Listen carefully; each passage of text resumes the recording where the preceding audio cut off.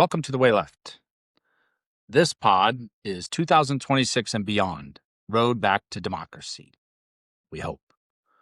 So this will be the last pod of the second season of 2025. A reminder, go out to the website, thewayleft.com, read some books and the recommendations, things like that. I'm going to do some updates for more current stuff to the website in 2026, more books, take some books off there, add some more content. Also go to YouTube at The Way Left BV. Got shorts on there, so the shorts are cool. Less than 2 minutes. Good way to view some content from each of these podcast episodes. And then, of course, you can go to Spotify for all the podcasts in full. Follow me on X. I troll a lot of right wing. I don't really like it. I don't know how long I'll be on it, but I am on X, Blue Sky, and Mastodon. So a reminder, this is the last one of 2025. I think I'm going to do some updates in 2026, get some interviews, maybe with some Colorado State locals, maybe get some interviews with people across the country, like-mind thinking in some interviews, and completely opposite if I can entice people to come on and sit down and discuss things that we agree and disagree with. That will be the idea. But it'll be kind of same format. Try to dig in the topics that are current, topics that apply, and a lot of throwing the orange ass clown under the bus. All right. So 2026 and beyond, road back to democracy. What does this mean? So we've had the tax bill for this year. We've had the tariffs. We've had a lot of things go on under this administration. We've had a lot of breakdowns in the rule of law, tariffs, things like that. So what I'm going to talk about here is a lot of that related to tax, related to benefits, related to reforms. Some of these will be what I would recommend as an amendment or a law, but let's just dive right into it. Okay, the first basis here is the following. We need food security. People have to have enough means to eat. We need health security, and we'll talk about some of that. People shouldn't have to go to the emergency room to only get their care. We need healthcare reform. We'll talk about that. Water security goes along with food security. Water should be affordable. Everybody should have the means to not look at their water bill and go, oh, fuck. Now, if you got a big lawn and you're watering it, that's your issue. But I'm talking about water for showers, a little bitty garden, and water to drink. Energy security. We need energy. We need people to have heat. We need people to have air conditioning or cooling. So we need energy security. Social welfare security. This isn't necessarily just Social Security or Medicare. Social welfare is having access to social programs or a baseline that you can have the means to live. Education security. It's gotten too fucking expensive. Schools are closing. Administrative state.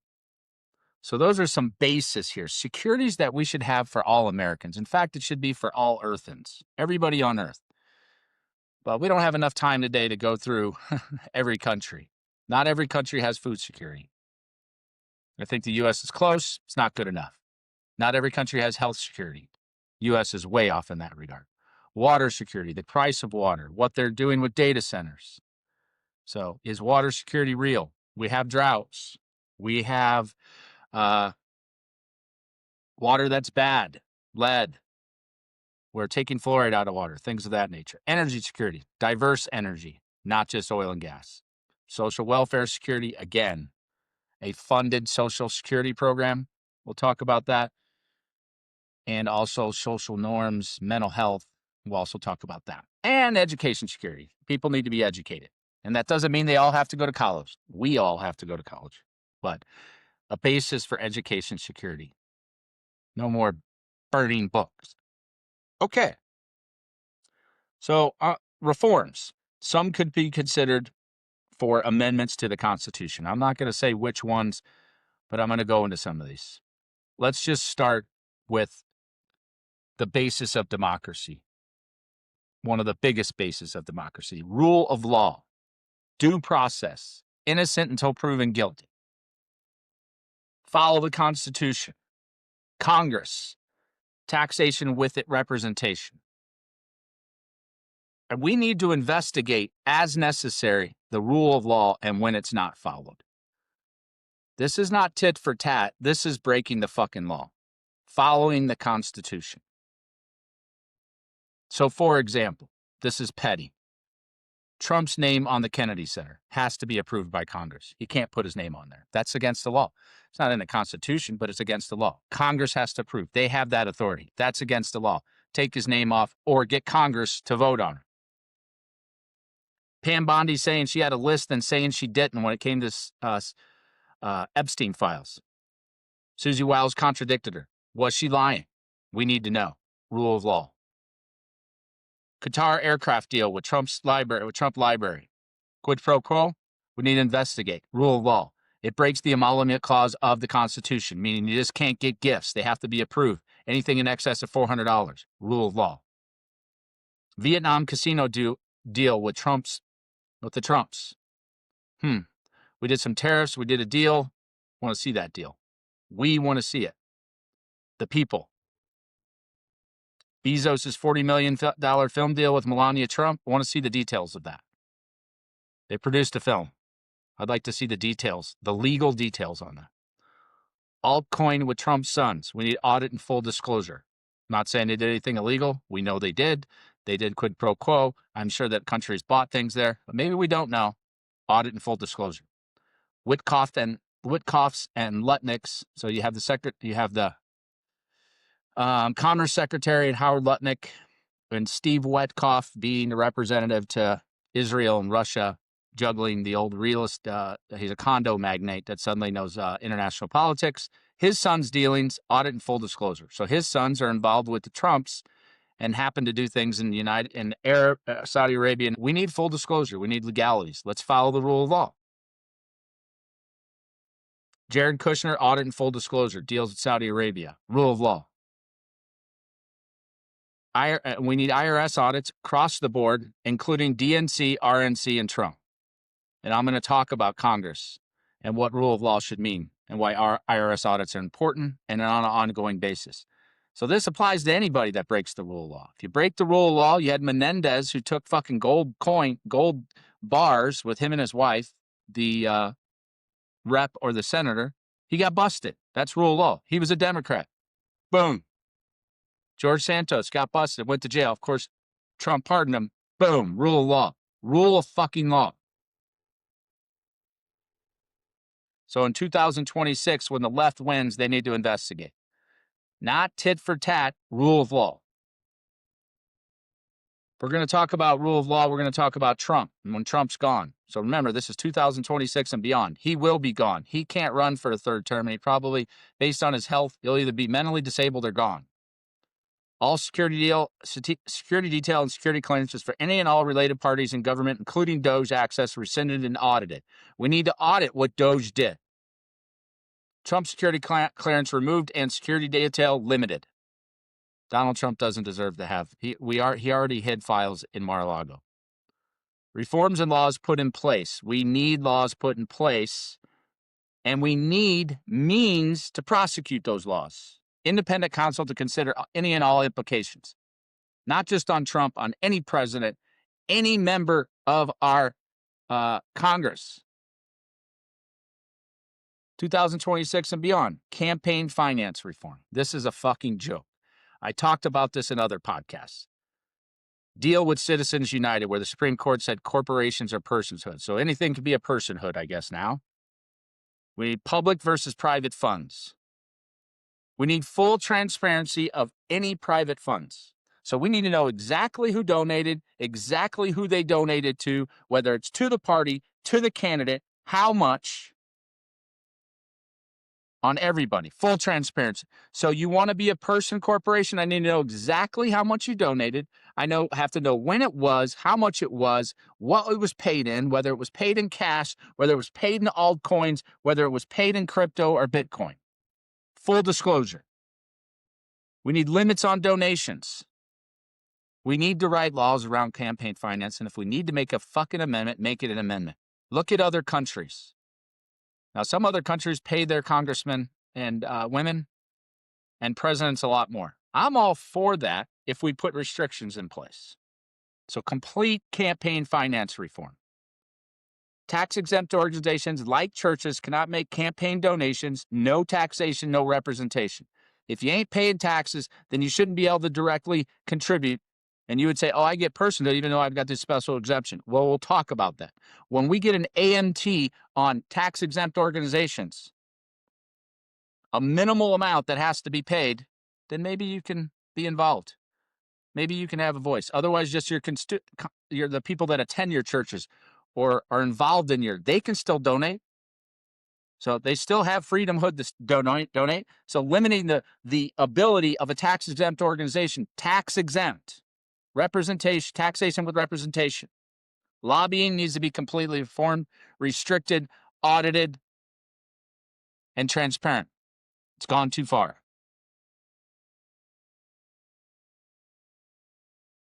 So I'll move on. I got lobby reform here. No foreign intervention like AIPAC. So AIPAC is a representation of supposedly the U.S. Jews. It has associations with Israel. This isn't about Jews and this isn't about Israel. This is about any group that has foreign connections, cannot lobby or contribute to any campaign. So AIPAC says it's just for Jews in America, but it defends principles for Israel. So is that a representation of America? Let me put it another way. I have a PAC that's called China. I'm in America. I say it's just for Chinese in America. How would that go over? And we know it happens. At a minimum, we need full transparency of dollars, who's representative from that organization and who they talk to, what they paid in, when they paid it. And if we put limits on that, then maybe we, the people, can have a voice. Gerrymandering reform for all states as instituted by Fed. We talked about gerrymandering in a previous pod, about redistricting, about voter suppression. That needs to be just taken away, if not taken away, by a completely independent Fed council to be able to determine based on census data. Complete reform. Age limits. 70 years of age or under to run for final term. We don't need 90-year-old people running for Congress anymore. I'm sorry, I'm an ageist. I'm 55. I don't need to be running when I'm 72 for the first time. And I need to be out after that. Term limits. 20 total years in Congress between Senate and House. Right now, you could do 2 terms as a senator, 12 years, go to House for 2 years, come back to the Senate. You could basically be there forever. And in the House, you're there forever. That's systemic. That's nepotism. No, you get 20 years. Doesn't mean you can't still work in politics. Maybe you can go back to your state and do politics, but you can't be in the Fed longer than 20 years. And you can't be over 70 when you run for your final. So if you're 69 in the election year and you run for Senate, then you get to be 75 when you get out. But that's it. Voting reform. We need a national holiday. Now, whether that's the first Tuesday of November or like other states, maybe we could do Saturday and Sunday. Days off. Now, not everybody gets those days off, but that's a pretty good, and make it 2 days. Make it Saturday and Sunday. The first Saturday and Sunday of November, you get to vote. There you go. Or a national holiday, or 2 national holidays. Don't restrict it. We need more booths. We need to figure out the technology. Open ballots at the state level, meaning I can vote for Republican or Democrat. Shouldn't just be based on what party affiliation. If I'm affiliated with independent, I don't get to vote for any primaries. Crap. Speaking of age limits, Supreme Court needs term limits and age limits. 20 total years and have to be 60 years of age or under to start term on court. So if you're 60 and you get on the court, you can be there till 80, which I think is ridiculous, but it's okay by me. 20 total years, term limits, and 20 is too much as far as I'm concerned, but we have to make some sacrifice some things. No lifetime appointments for any job or any other government position, whether that's a judge or anybody. No government, no lifetime appointments. Bullshit. Term limits. 10, 15, 20 years. Term limits and age limits. Ethics reform for both Congress, President, and Supreme Court. The Supreme Court has basically dictated their own ethics reforms with basically no way to enforce it. We need independent bodies determined and rules for enforcement. Insider trading, ethics reforms, tax return and audit requirements year to year. If you're in Congress, you should get audited every year. It's part of the deal. Maybe you get a stipend to pay for your CPA, maybe $1,000 or $2,000 stipend to help you with your audit every fucking year. We need to see it. Because then we don't have to go back through and try to chase when Pam Bondi sold stocks before Liberation Day, or Marjorie Taylor Greene put in money on Palantir when she knew a deal was going out the next day, or Nancy Pelosi made twice as much as the market in her term in the House.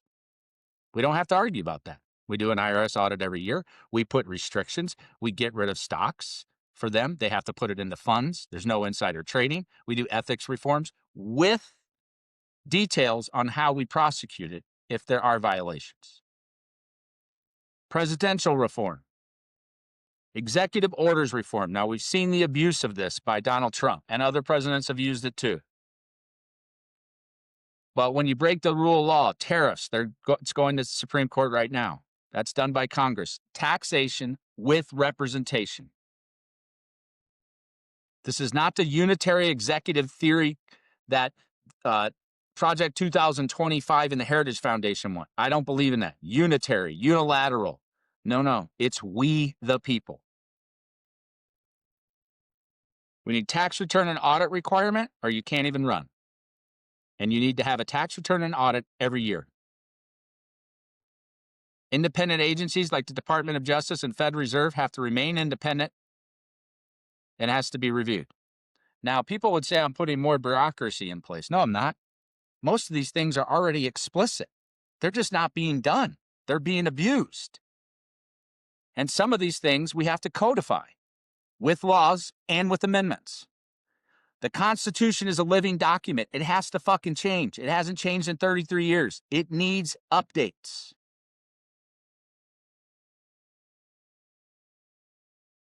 Okay, now we're going to get into a little bit of tax, debt. So is the idea that we should balance the books. We should not have an annual deficit. So we already have a huge debt, rolling debt of like $39 trillion. Democrats and Republicans are both to blame. I can make arguments that it's more Republican in the last 50 years, and I can make and people would differ with that. That's not the point. This is a we problem. This is a we libertarian. This is a we independent, Democrat, MAGA, right. But on a year-to-year basis, we should have to balance the books. Now, how do we do that? I'll talk about some of that. Or maybe we're within a 10% margin. But we need to do something. Because the latest thing that was put out by the big fucking ugly, beautiful, whatever tax bill was put out is about $2 trillion short. And that's with all the cuts that they took out. Earned income tax credit, which has helped kids get out of poverty. And that's basically a credit that you can take lower incomes. We need means testing across the board. I'll talk about that. What means testing is, who gets it. That's based on income, maybe based on wealth. Earned income tax credit is very important. Enhanced rules for families, children, tax holidays, maybe a tax exemption below certain thresholds of income based on family size. Income tax credits. Consider cost of housing, food, water, utilities, etc. in these calculations. Food security, energy security, health security, water security. Now, we've had some of these things and some of them worked, but there's a big push that there's all the fraud that's happening at the bottom. And I would say there's fraud happening everywhere. But I'll tell you where the real fraud is. The real money. And we'll get to that. The point is, we're a society. Help them get their feet off the ground. If there's abuses, there's going to be abuses. And we have to just watch that. There's always going to be somebody grifting. Healthcare, Medicare for all. Mark Cuban, former owner of Dallas Mavericks, pretty smart guy. He's in that space right now with pharmaceuticals. Guarantee health deductibles is one of his ideas. Reduce reliance on healthcare companies. I don't have the solution here, but I can tell you that Medicare for all, meaning everybody has some form of benefit, they can go to the doctor. Obviously, some people will have the Super Plus plan. Some people won't. But we shouldn't have people worried about going fucking bankrupt on medical. We're the only first world country in the world that people go bankrupt on medical bills. And we're not even close to the top of medicine and health. We've showed that. Go to the website about length of life, child mortality rate, quality of life, cost of healthcare. Now, do we have some of the best healthcare in the world? Absolutely. Who can fucking access that? And if you get cancer, how do you not go broke and then file medical bankruptcy? You can't even take your own life. It's against the law. We don't have euthanasia. So, big debate. I don't have all the answers here. It's a whole series of podcasts. These are just some ideas, 2026 and beyond. Mark Cuban has a good idea. You guarantee the health deductibles. So you have a health plan and it has a 5, and they also have to work on getting the deductibles down, but you guarantee that first amount so you don't go broke. You go, shit, I can't even pay my deductible. I can't go to the doctor. There are some ideas out there from both the right and the left. Cuban would say he leans right. Fine. I don't fucking care who you are. Libertarian, socialist. We need solutions and we need everybody to get it. I'll talk about the numbers of how many people. The numbers are ridiculous. 30, 40, 50 million people don't have health insurance. Some numbers like 40 million people can't afford a $400 unexpected expense. Pro-choice considerations. I'm sick of Dobbs. Dobbs made me sick. Give it back to the states. We have some states that literally want to prosecute people for leaving their state to have an abortion. If we went through the statistics of what Planned Parenthood did for women, and the limited number, I think it's less than 5% or 3% of their services are abortions. So let's say it's 5. So 95% of them is for other things, contraception, counseling, just sickness in general. But we don't want to support that. So I am pro-choice across the board. Do we need limits? Do we need laws? Yes. Do we need to get rid of it? No. So I'm a believer in an amendment that pro-choice. I don't think that'll ever happen. Child care. Now they're doing this in New Mexico. Universal child care under a certain age. So let's say it's before you get into first grade. So 6 and under, universal child care. Build that into your Medicare for all and have means testing. And maybe not. Maybe everybody gets it.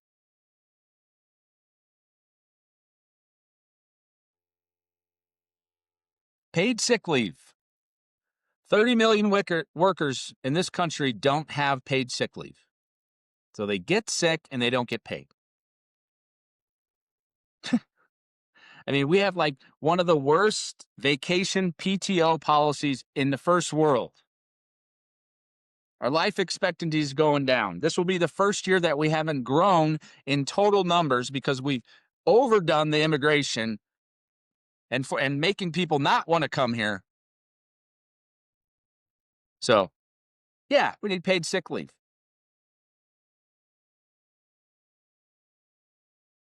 Social Security reform. Now they're saying we're going to run out of money. So there are ideas to privatize it. I don't believe in that. Should it be an investment? Should it be like a bond? Should it be returning 2 to 4%? Yes. Should there be means testing on it?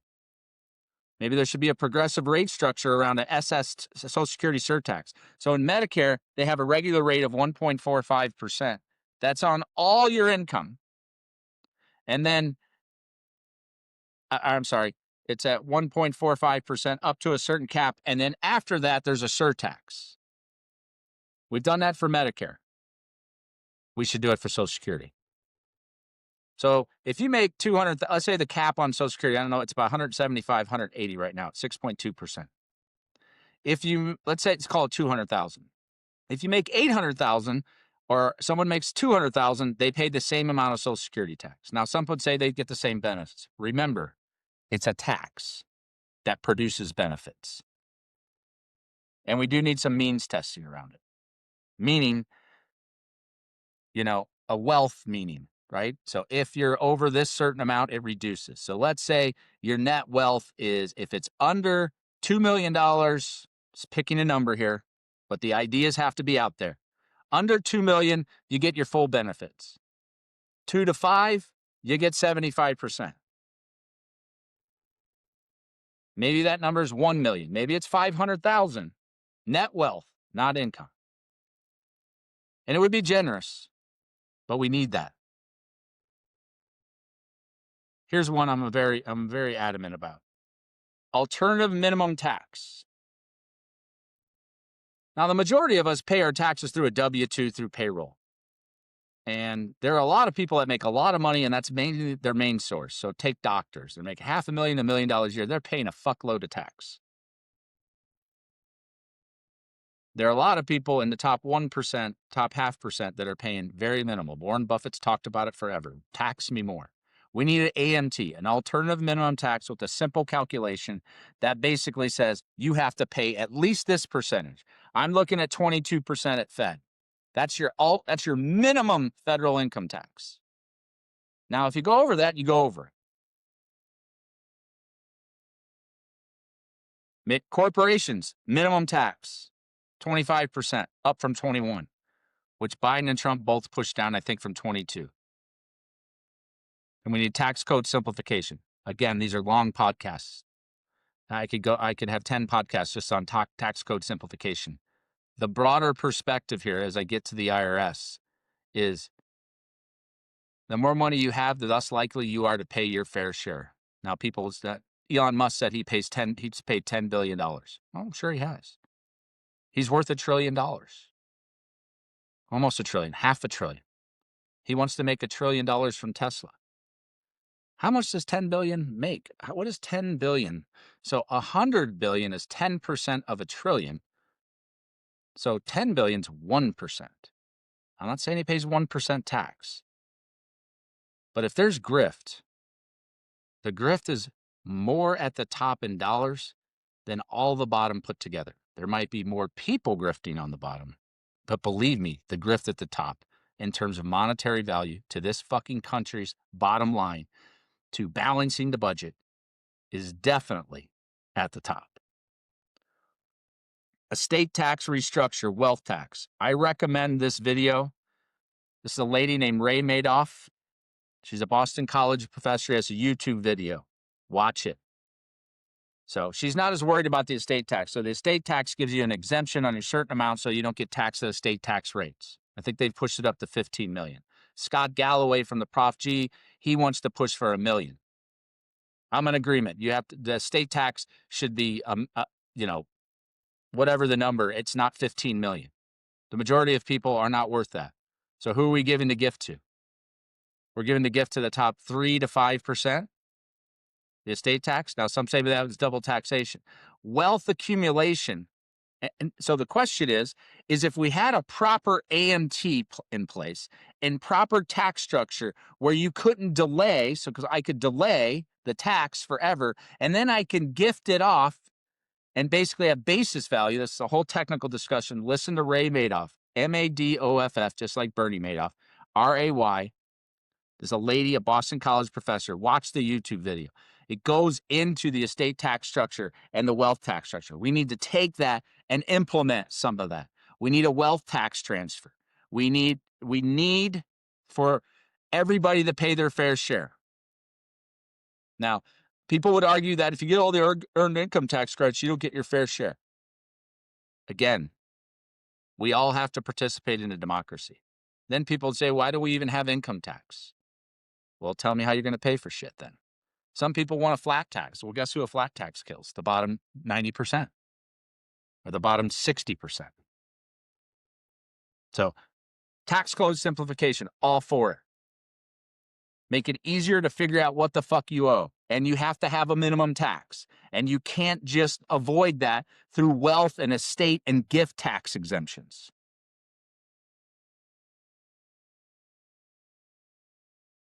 Antitrust. Enforce the fucking laws. Creates real competition. TikTok deal behind the scenes with Trump's fucking oligarchs and kleptocrats. That's not legal. Paramount and Warner Brothers going after. We need to enforce real antitrust across the board. Do your fucking job. The laws are there. Do your fucking job. I don't need to create new laws. Enforce the law. Rule of law. And the president and others can't influence it or it's not independent. Tax-exempt organizations, AMT, like churches, 501c3s, separation of church and state, pluralism and secularism, and the right to practice whatever religion you want. Minimum tax. And if you don't want a minimum tax, then you cannot in any way, shape, or form contribute to political campaigns, cannot be part of a political campaign, and not promote a political campaign. If you want to play, you got to fucking pay. Minimum wage, $25 at the federal level, with CPI increases every 2 years considered. Right now, it's $7.25 since 2009. $7.25 times 2,080 hours is about 15 grand.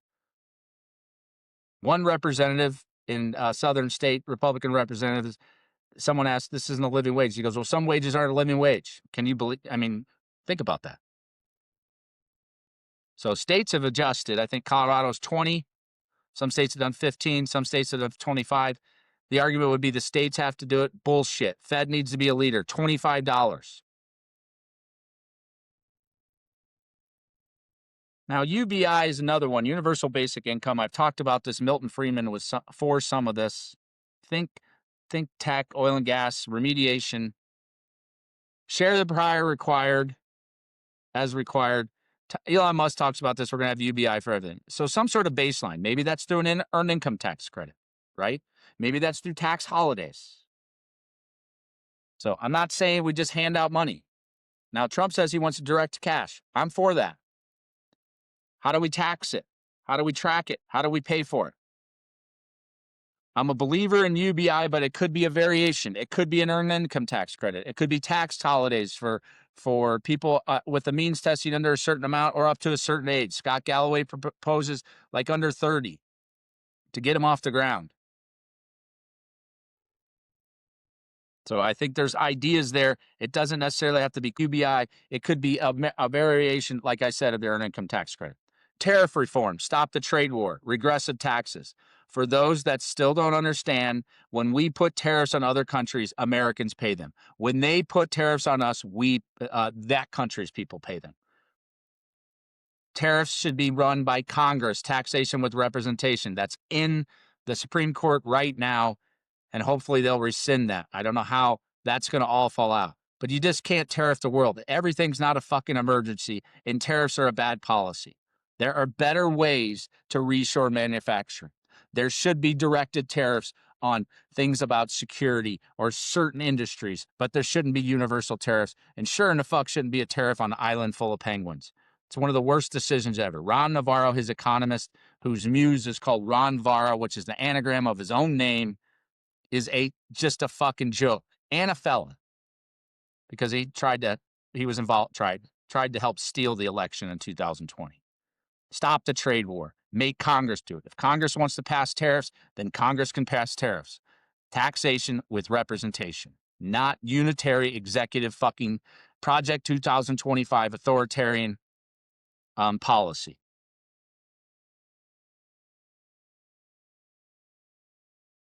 All right. So let's talk about the IRS, the Internal Revenue Service. Everybody hates the IRS. Nobody wants to pay taxes. Everybody hates paying taxes. Of course, we all hate paying taxes. So we think it's all ours, right? We think we've earned all of it, right? We don't think about the road that we took to get there, or the light rail that we took to get there, or the car that was built to get there. Now, we say we pay for that. Well, how do we get all that? A lot of that is through revenues. IRS, it says here, an IRS watchdog board, the agency faces challenges hiring enough employees to replace the number of employees it expects to retire in the coming years. Recent data shows the IRS grew its workforce to more than 100,000 total employees. But keeping that level of staffing won't be easy. Congress cut the agency's multi-year modernization funds under the Inflation Reduction Act from $80 billion to $4 billion. The IRS saw a $20 billion tax cut to modernization fund. So Elon talks about all this modernization. What Elon went in is he cut stuff from IRS. He cut review. In a real world where we all participate, whatever tax structure that is, we do need a service that makes us abide by it. I am a fan of the IRS.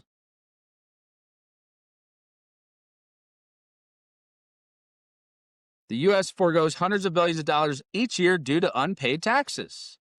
Why? Because they don't have the staff, they don't have the modernization, the technology, and we have a fucked up tax code that's so complex nobody can deal with it.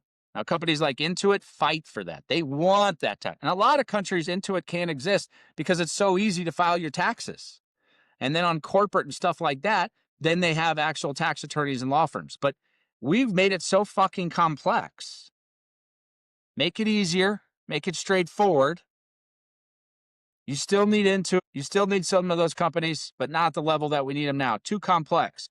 So U.S. forgoes hundreds of billions of dollars. What are they saying? They call it a tax gap. Is the difference between taxes owed as an estimate and taxes paid on time. And the Internal Revenue Service projected that it was $696 billion in 2022. So their estimate is $750 billion to $1 trillion now. It's a useful way to gauge the level of noncompliance with federal tax obligations and to inform the IRS's formulation of tax administration strategies. So we're missing, let's just call it $750 billion a year.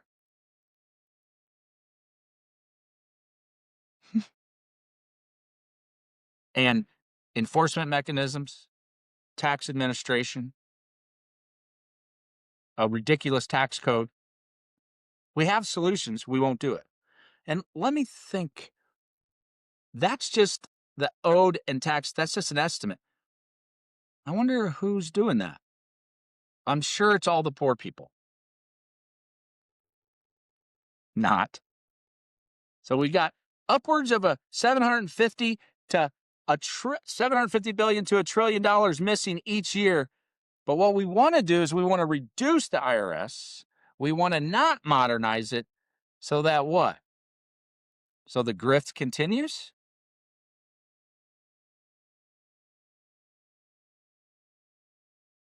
They estimate that 90 billion approximately would be paid of that 700 billion. Okay, so it's 600 billion. That's 2022. I think it's closer to even with the 90 billion. Most unpaid taxes result from taxpayers underreporting income or overstating credits, deductions, or other adjustments. The factors that affect it. IRS verifying incomes. The complexity of the tax code, these are the three, so it's hard to verify incomes, complexity of the tax code, and the agency's operating budget. Well, I can solve two of those right away. Not right away. Go through Congress, simplify the tax code. AMT, Earned Income Tax Credit. Make it simple. Progressive tax rate structure, clear and concise. And hire some more fucking people or make it more efficient for the IRS. And everybody's like, we're just spending money willy-nilly on the IRS.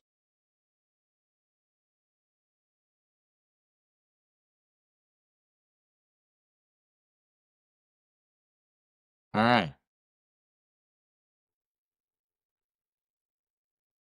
Willy-nilly on the IRS.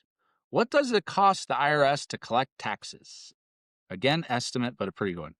In 2023, it cost the IRS $34, I'm sorry, 34 cents, that's $0.34, to collect each 100. So 0.34% is what it costs to do 100. So it costs us 34 cents to collect 100. You would invest in that company every day, all day, for the rest of your fucking life.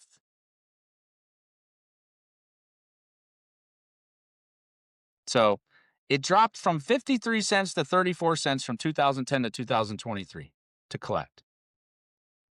But we want to reduce it. So now our costs are going to go up. We're not going to get it. Elon's in there fucking banging away with his Doge to get the reduced oversight by the IRS. And it's not just him. Plenty of leftists, plenty of rightists that are trying not to pay their fair share. We need to remedy that.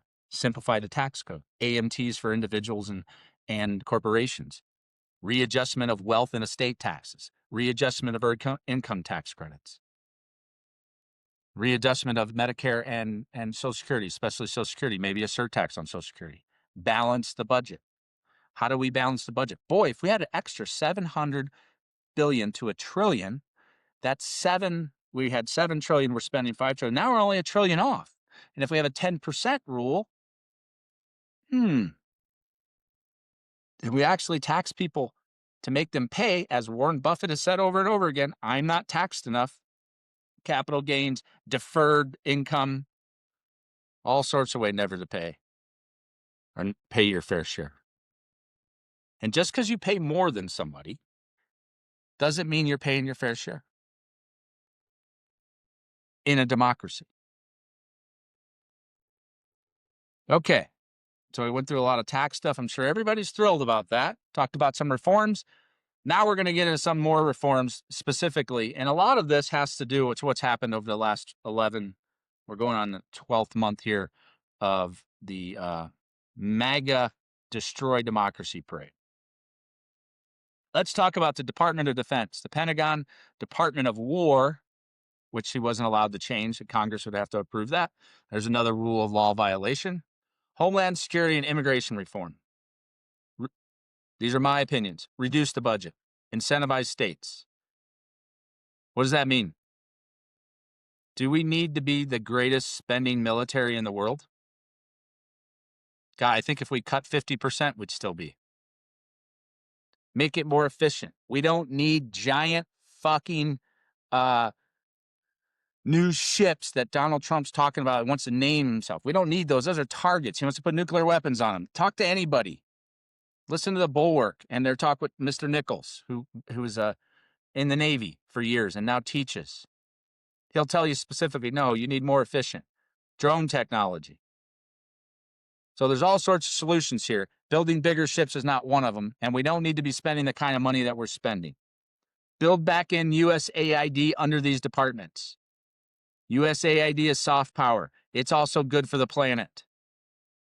It was 48 billion or less. I think it was 23 to 48 billion, and we're missing 700 billion on taxes. USAID helps us fight disease for all of us, not just that country. Because what happens there can happen here, but if we help it there, it may not happen here. Does it need to be looked at? Was there grift in USAID? There's grift everywhere. Small reduction in military worldwide, but increased soft power like USAID. So do we need how many ever troops in, I don't know how many, we have troops all over Europe. Now, if Trump and Vance had their way, they're going to pull them all out. I don't believe in that. Could there be a reduction? Could it be more efficient? Can we learn things from Ukraine on drone technologies? Yes. We need to be defenders of freedom, not warmongers. Even though Trump says he's not for war, sounds like a warmonger when he talks about things like Greenland, like Venezuela, like Canada as a second state. Bullshit. That's authoritarian bullshit. Support of our neighbors, which we've abandoned, especially Canada, Mexico and Canada. They were our partners. That relationship will never be the same. But we still have to work with them, and we should. Support of NATO.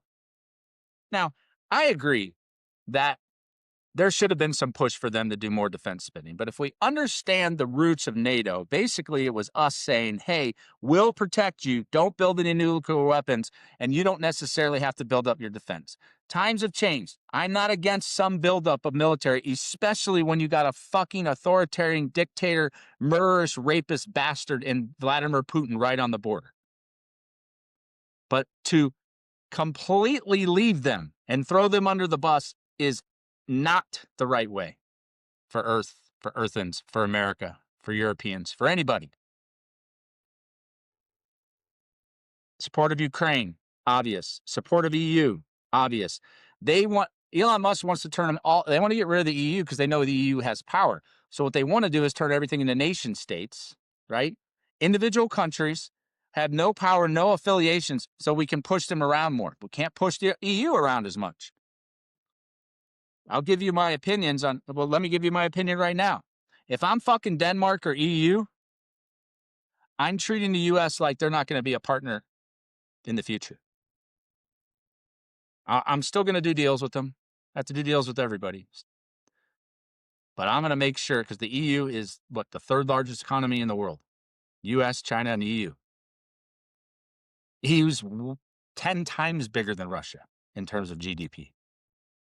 Now, people say, well, it's the individual country. So shit, Russia's smaller than Italy in frickin' GDP. Smaller than the state of New York. I think half of Texas. They're a gas station with fucking nuclear weapons, but we bend over backwards because of nuclear weapons. So guess what's happening? Everybody's now we're going to have nuclear proliferation because of this fucking ass clown and his minions pushing this protectionist, isolationist bullshit. Poland wants to build them. South Korea wants to build them. Japan is going to build them. Australia. I don't know if Australia has them, but of course, that's what I would do. Does EU have problems? Yes. Do they have the same laws as us? No. Do they need to? No. Should there be some balance? Yes. To abandon them is fucking idiocracy. Like I said, weapons deals with allies, if any left. Reduction of military support of Israel until full-scale two-state solution with Palestine, with the Palestinians. I didn't say removal of military support. I said reduction of military support. Same thing you've done when you've played around with Ukraine as they're getting wiped out. Immigration reform, top down, not bottom up. Go after companies, businesses, and corporations, not individuals unless criminals. We need a rule of law around immigration. We need a humanitarian border. There's a senator, I think it's from Texas, and he made a great point. He said the border should be like your front porch. It should have a welcome mat, but you got to have a lock on the door. Can't just let everybody in. I get it. Biden fucked it up. He lost the election. Great. Biden and Democrats, not just Biden. But you have to have a humanitarian border control, not complete closure. And when you go after illegal immigrants, go after the companies that are fucking hiring them and penalize them or close them down for a month. Because here's the point. The rule of law is you shouldn't be hiring illegals. So you've broke the law. The corporation, go after the corporations. Guess what? They won't hire illegals. Guess what? You'll have less illegals coming because there's no fucking jobs.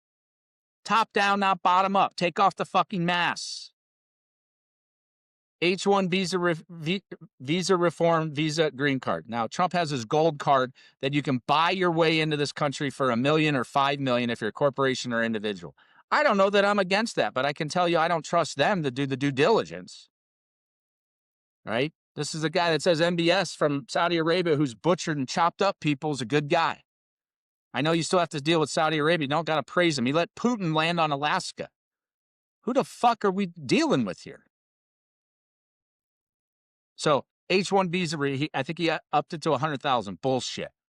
Again, Put the proper things in place. We still need H-1B visas. We need this to be the place where a melting pot where intelligence comes. I'm afraid, not afraid, I worry that we fucked that up too bad. But when countries go rogue, when authoritarians go rogue, the intelligent people leave. Russia has had a brain drain. Germany, pre-World War II, had a brain drain.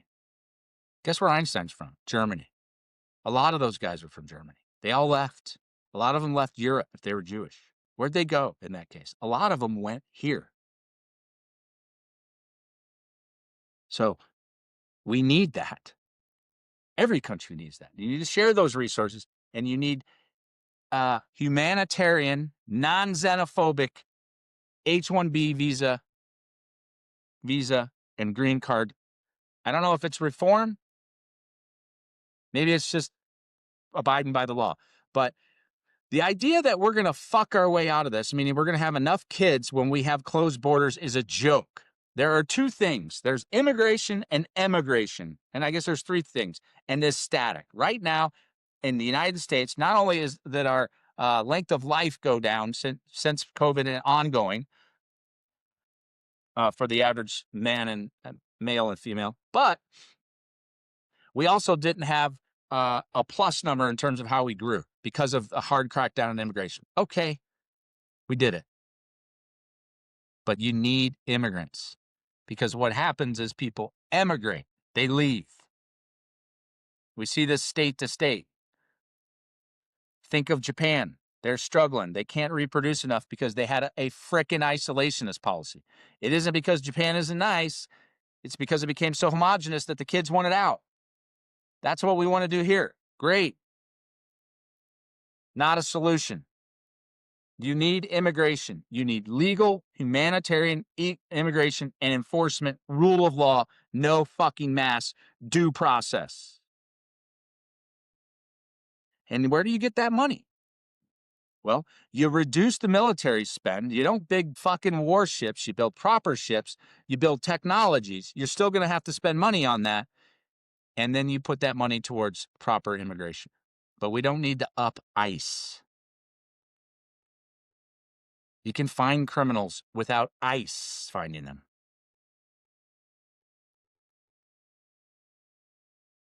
Obviously, you're going to remove Cristino.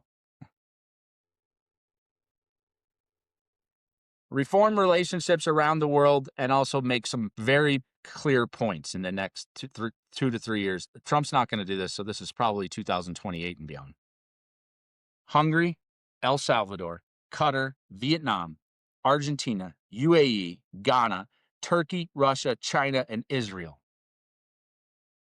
We know they've done quid pro quo across the board with Trump. Now, some say that's the art of the deal. Viktor Orban is in our politics. Liberalism is dead. Kevin Roberts from Project 2025 says that's the model. That guy doesn't need to have any involvement. Hungary is a fucking isolated country. He supports Putin. Yeah, he's in the EU. We're allowed to listen to him. But I want to be careful. If you're doing quid pro quo, we're going to use that against you. El Salvador, cut the fuckers off. The guy's running the gulags. He's a dictator. Yeah, it's safer there because nobody can walk the streets without being scared for their fucking life. They aren't scared of getting shot by the bad gangs in El Salvador. They're just scared to open their mouth. That's not a democracy. It's a dictatorship with gulags. They've made deals with a lot of these frickin' techno-fascists when it comes to crypto. No more. It doesn't mean you still don't have diplomacy with them, but we're shutting the door on a lot of the shit that's going on. Qatar, donating fucking jets. Now they said, hey, this was just, and they said it was his idea. Well, we need to talk about that. Supporter of Hamas. Vietnam, what the fuck went on? Why did Trump's casinos get approved faster than anybody else's? What went on? Argentina and Malay. We basically backed his election. He had some good ideas and shit went bad, and then we funded his fucking currency, like $20 billion we gave to Argentina, but we can't afford USAID, but we give $20 billion to Argentina. Supposedly, they're going to pay it back. My ass, Scott Bessent. UAE, another one. They get our chips all of a sudden. Wonder if they made a donation to the Trump coin.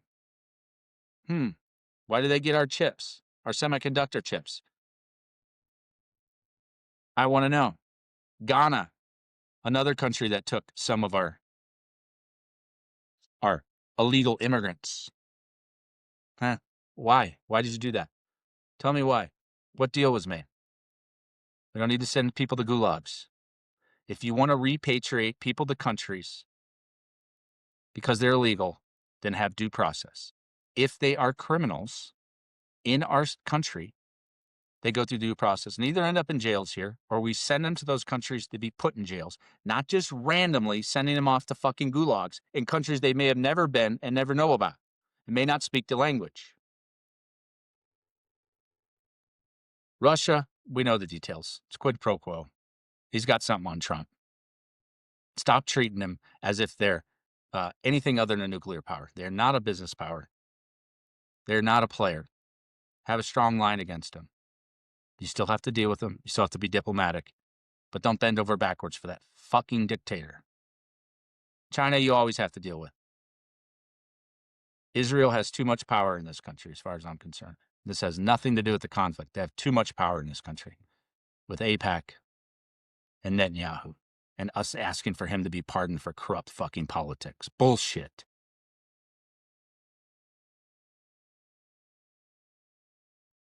It's the same thing I said about the Epstein files. Release all the files. If there's a bunch of Democrats that fucking did shitty stuff, get them too. If you're bad, you're bad. If I agree with you on certain topics, but you're a fucking dick, then you're a fucking dick. Investigate Venezuela's actions. What's going on there? Because we know it's not fentanyl. Now it's about oil. Now we want their resources. We can't go to war without Congress's approval. Rule of law. But somehow we're doing that. We're bombing fucking boats. Not doing due process. Not doing interdiction where we take them on and recognize them. What are the names of these people? How many fucking fishermen did you kill? Where did this policy come from? Reform relationships around the world. Reimagine the Monroe Doctrine for the Americas. So what is the Monroe Doctrine? I'm not an expert, but I know a little bit about it. It's basically to say, hey, the U.S. for the Americas, for North America, South America, and Central America, we're not going to let superpowers just come over here and play around and put institutions in place. This comes down to like Cuba and the Bay of Pigs. You can't just come over here and put nuclear weapons on our doorstep. Right or wrong? I'm not against that.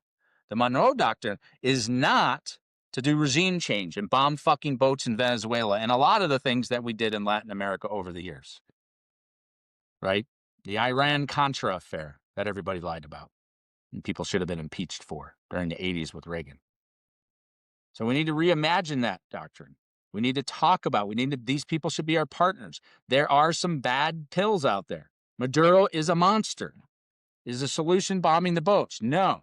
Do we want regime change? Yes. How do we do that? Not sure, but I'm pretty sure that it's not fucking bombing boats, stealing oil tankers, and blaming them for fentanyl when we know it comes, the precursors from China and comes straight to Mexico. Greenland, Denmark, EU. Buckle up. Sadly. We need to work with the EU and Denmark. We have military there. You know what? Get them out. To say that China and Russia there is bullshit. China and Russia are in the Arctic, which is close to the top of Greenland. And Greenland's not very green. Of course, it will be because it's melting like everything else. And we'll talk about climate change. But saying that we want Greenland as a national security and then saying Canada is the second state, is another state, is fucking authoritarian bullshit. And they say that's Trump being Trump. Bullshit. You got TDS if you believe that.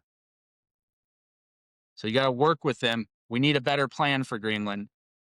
And that doesn't mean we get it all. If I'm the EU, I'm making sure Denmark's supported, and I'm sharing those resources with the EU. That's what I'm doing if I'm the EU. Fuck you. You got to work with the EU. I said that. I don't hate the increase in responsibility on defense for the EU. That doesn't mean it should be forced the way it has and just been thrown under the bus and act like we didn't get any benefit out of it and everything was stolen from us, which is a load of shit. Canada, Mexico, South Korea, and Japan reinitiate RIA talks. Again, I don't think our relationships will be good with them for another generation, 15, 20, 30 years. Maybe never. And basically, Trump is pushing for nuclear proliferation across the world. Ironically, North Korea says South Korea can't have nuclear weapons. So we need a lot of diplomacy here. AI, tech, broadband infrastructure, government-private coordination. Make sure that those are by rule of law. I'm not saying that you shouldn't do deals with SpaceX or Tesla or Palantir. I don't like a lot what's going on with their heads there, but it has to be rule of law. It can't just be no bid contracts. We need better infrastructure. We need better roads. We need better mass transit. Where is our fucking super train? Jesus, it's been in Japan for 30 years. It's old technology. Where is our unlimited broadband across this country? Where are all our charging stations for electric? Where are all our solar panels? Give me a break. Figure it out. Don't allow no big contracts like TikTok. Give me a break. That is not rule of law. That is quid pro quo. That is kleptocracy. That is oligarchy. Department of Energy reform. Energy independence means all energies with some subsidies and government-private coordination. I'm not against subsidies if it incentivizes, because again, a lot of things come from the government that make the private world a better place. GPS was not created by Google, but they used it for maps and it helped them a lot. A lot of the things based on the internet came from research at institutions. Education reform. Jesus, we need educated people. And we don't need to frickin' push them around like Trump does with Columbia and all these other schools and Harvard fought back. So with the Department of Energy, we need energy independence for all energies. I've talked about this before, how much we've given in subsidies to oil and gas and how little we've given to green energies. We need all of it. Nuclear, wind, solar, geothermal, hydro, gas, oil. But make a push to move away from fossil fuels because we know they're bad for the environment. Climate EPA policy, energy independence. That doesn't mean isolationism. Work with each other, especially in the Americas, with Canada, with Mexico, with South America. Climate Market Capital Initiative, remediation. You got to pay to play. Meaning you just don't pay when Exxon Valdez goes down. You got to contribute. Carbon capture. We've had carbon credits. We need some form to do that. We need private to subsidize public because they're making money hand over fist and they're not, and we're reducing the responsibilities they have for the environment. The environment is important. Don't believe the bullshit. It's true. The waters are rising. The storms are coming. And it ain't getting better. Think about it. Mass transit, agriculture, food, national parks, open lands. Rethink this because Trump's people are destroying it. Recognize climate change as it is, an existential threat. That doesn't mean put a stop to everything. We can't just shut everything down. I get it. But we have to remediate. We have to think about these things. We're doing some of this, but China's the leader on almost all alternative energies because we haven't put the infrastructure in place. And time and again, we've tried and it has failed. So let's get to it. Education reform. Public universities reduce admin. We have an administrative state in our public universities, and I agree with the right on this. We need managers, not administrators. We need a few administrators and more managers. We need more teachers, and we need more people getting accepted to these universities, so therefore the cost can go fucking down because it's too expensive. Grants, educational opportunities should be paid for by the universities. Fucking Harvard has like a $35 billion endowment fund, and they don't let anybody in, and it costs $100,000 to go there. What the fuck is that? Is that meritocracy or is that moneytocracy? Scott Galloway talks about this. I recommend Prof G Media, Prof G Podcast, Prof G Markets. Talks about the fact that he got into UCLA when they let 75% in. It helped him. He was a kid that didn't know where he was going. It turned out to be a great businessman. He's definitely one of my inspirations. Listen to that. Prof G, PROFG. There's one Prof G and there's a Prof G Markets. He talks about that. More opportunities. It doesn't always have to be college, though. It could be training. It could be,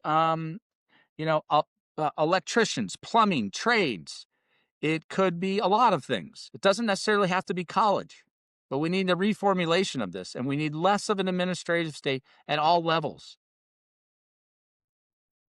So let's reduce some of the bureaucracy with putting people in place that they can manage versus just administer. There is a difference.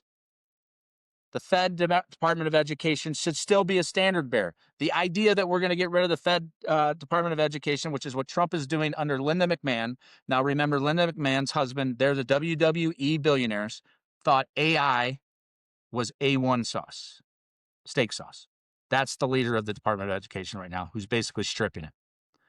And she's not using funds that were allocated to her, which is another break of the rule of law. Once Congress has done that, you can't not spend it, but they've done that. So I believe in the Department of Education at the federal level because we are the United States of America, not the states of America.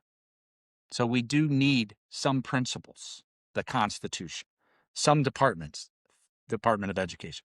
Maybe it's not as big. Maybe we can revolutionize it, but eliminating it turns us into the states of America, not the United States of America, in my opinion. And humble as it is, probably doesn't sound humble because it's not. That's what I believe. Talk about state level public education property tax reform. What they're doing in Florida right now with the Homestead Act is they're reducing property taxes on boomers. Like boomers need more. They definitely need more because their house has gone up so much. And schools are basically paid through the property taxes. We need a whole reform in that regard and how we fund that. Couple here, couple more here. And I got some stats. Housing.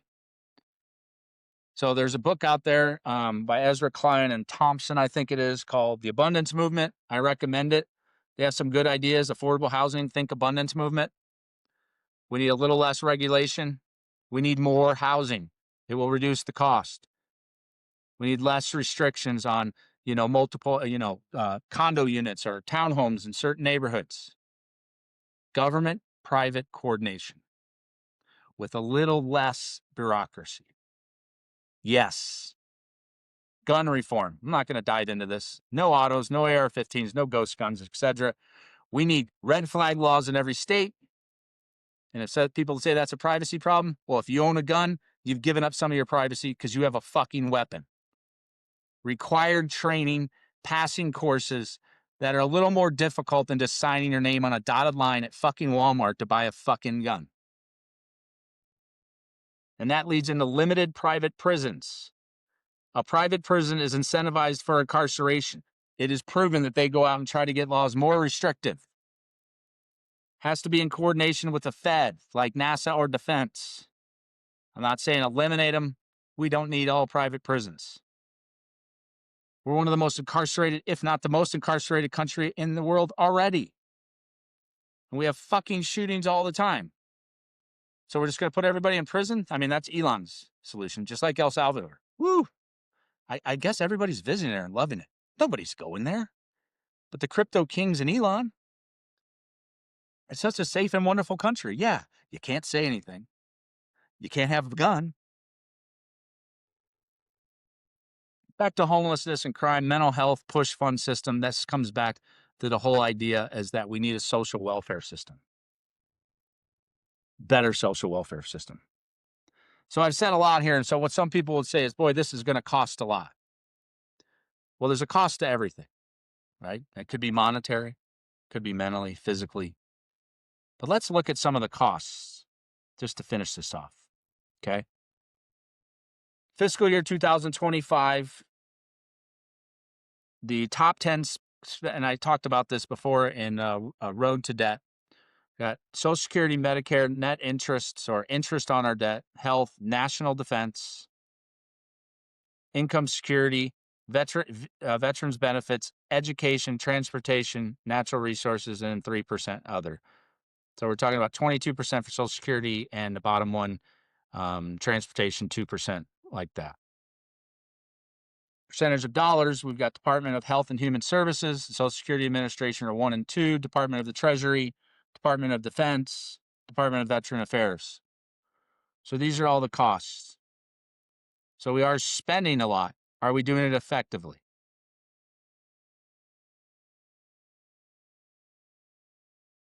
I don't think we are. I don't think we need giant increases in military spending. If we had a tax system that got 80% of that 700 trillion, we'd have another 560 billion. So let's just say we could collect an extra 600 billion a year. If we had proper A&T in place and proper estate and wealth tax transfer rules in place, I bet we could probably break even. Couldn't we? And if we chopped 250 to 500 billion off the military budget, that's an extra trillion, plus the extra trillion to generate. The money's there. We have some spending problems, but our big problem is fucking revenue. A lot of Republicans signed on no more new tax, right? But I've showed you in 30 years and beyond, the road to debt from Reagan, all we've done is reduce taxes, and all we've seen is the debt go straight fucking up. And everybody says, well, look how we've prospered. Well, have we? I'm an X generation, and you have the boomers and X. Are the millennials doing better than the X? No. And we've reduced taxes. Is X doing better than the boomers? No. And we've reduced taxes. So why aren't we all doing better? On that model, we've just done reductions in taxes since Reagan compared to what we had done previous to that. And everything's better. For who? The boomers. The one who got all the VA benefits, who fought in the wars. Obviously, they deserved it. One who got all the Social Security benefits. The one who got all the tax benefits. X is doing pretty good. Millennials are fucking hurting. And anybody below that? So we've reduced taxes, and the quality of life for these people in terms of what they can do has gone down. Did you see a correlation? There's no balance. So I've brought up a lot of things here, and I didn't give you solutions for all of them. This is kind of an intro. There's tons of stuff out there that will deep dive on this, and I'll touch some of these things in 2026. Today is Christmas Eve of 2025. But these are ideas that are out there by a lot of people. This isn't just me talking about earned income tax credits, or talking about a restructuring of the military, or talking about rule of law, or talking about income security, health security, talking about Medicare for all, talking about a reformulation of our Department of Energy and EPA and climate change policy, which has been reformulated to basically take us back 150 years in terms of what we're doing to the environment and in terms of our energy independence, because we're only relying on one thing. We're eliminating wind farms. We're getting rid of credits for solar, but in the meantime, we're giving subsidies to fucking energy and oil. These are not new ideas. These are just a summary of those ideas. So I'm not putting something out there that hasn't already existed. We need to do something about it. But my main core principle is rule of fucking law and liberalism. Freedoms. Follow the fucking law, and things will be better. It will be less bureaucracy. And then think about America, the Americas being north, south, central, and earthens, the worldwide, as friends and some foes that we have to have diplomacy with. Don't start a trade war with the whole world. Don't fucking hate on everybody and think that isolationism, protectionism, xenophobia, racism, sexism is going to solve our problems, because it's not, and it isn't, and it won't. Woke went too far. They canceled people. Well, the anti-woke's going worse. It's canceling everything. Relationships, friendships, diplomatic relationships, defense relationships, and economic relationships. And the perfect one is China. Last year, they bought 27 million metric tons of soybeans. This year, they bought 0 because of Trump, because of the trade war. And then we bailed out the farmers with social money. They got 14, I think, 11 or 12. They needed 100 billion because we started a war with the world through a trade war. Warren Buffett's quote: tariffs our trade war, either individual country to country or worldwide. So that's going to do it for 2025. This is my first year of podcasting. And I got these two seasons out there. So I think 16 episodes also on my website. Enjoy. I know the longer ones, I definitely get more hits on the shorts. Definitely follow. Definitely criticize. Send me comments. Send me ideas for things that you want me to do in 2026. I think I'm going to do a combination next year. I'm going to do long form and some short form. So maybe I'll do 2 a week. Short form will be on current topics, very current, and maybe a little bit more of the fun than my vitriol about where the world's going. I am not afraid, and I do not have fear. I have concerns. I do not have heroes. I have influences and inspirations. I am not into idolatry. And I may say the way left, and I'm definitely a democratic, progressive, socialist-minded person, but I'll listen to conservatives. It's hard for me to listen to MAGA because the shit they spew is so factually uneven that it doesn't make sense to me. I'm allowed the ability to change my mind, but I try to base it on knowledge, reading, and information. So in 2026, my focus will be topics that I think are important, like I did this year, like I did with the Supreme Court justices or the Supreme Court cases, or I did with science, climate, and religion, or I've done today. But also do some short ones and hopefully get some minimal interviews with local Colorado people, maybe expand out to kind of hit topics, maybe even beyond politics. Maybe I'll have a metalhead episode. Maybe I'll have a food episode. Food's very important. Was doing some vegan stuff, then vegetarian, now I've slid. Maybe I can slide back by pushing myself. Point being is, I'll be here. This is a passion project.